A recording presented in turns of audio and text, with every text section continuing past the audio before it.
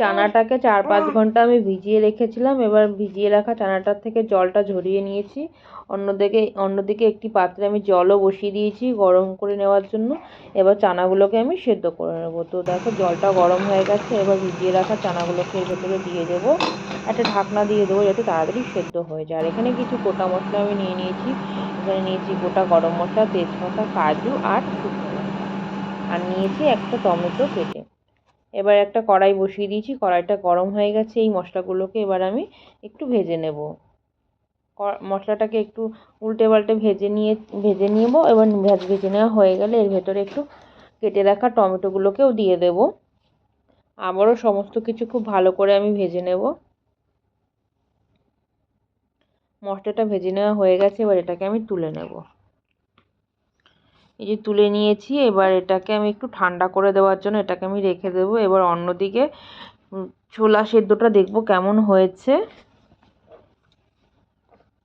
ছোলাটা মনে হয় প্রায় সেদ্ধ হয়ে এসেছে।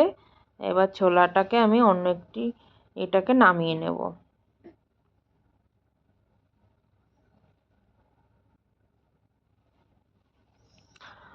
ভেজে রাখা মশলাটা ঠান্ডা হয়ে গেছে। এবার এই মশলাটা একটা মিক্সিং জারে দিয়ে এবার এটাকে আমি একটু পেস্ট করে নেব। তো পেস্ট আমার তৈরি হয়ে গেছে। এবার অন্যদিকে মশলা ভেজে নেওয়া কড়াইয়ের ভেতরে এই মশলার পেস্টটাকে আবারও দিয়ে দেব।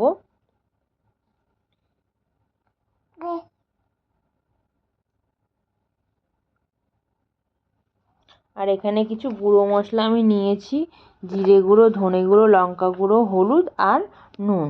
এবার এগুলোকেও আমি এর ভেতরে দিয়ে দেব। এবারে সমস্ত কিছু আবারও ভালো করে কষিয়ে নিতে হবে। কষিয়ে নেওয়া হয়ে গেছে। এবার সেদ্ধ করে রাখা ছোলাগুলোকে আমি এর ভেতরে দিয়ে দেব। এবার এই ছোলাগুলোকে এর ভেতরে দেওয়ার পরেও এটা আবারও ভালো করে কষিয়ে নিতে হবে। এবার কষিয়ে নেওয়া হয়ে গেছে। দেখো পাশ থেকে একটু তেল বেরিয়ে এসেছে। এবার এর ভেতরে আমি পরিমাণ মতো একটু জল দিয়ে দেবো।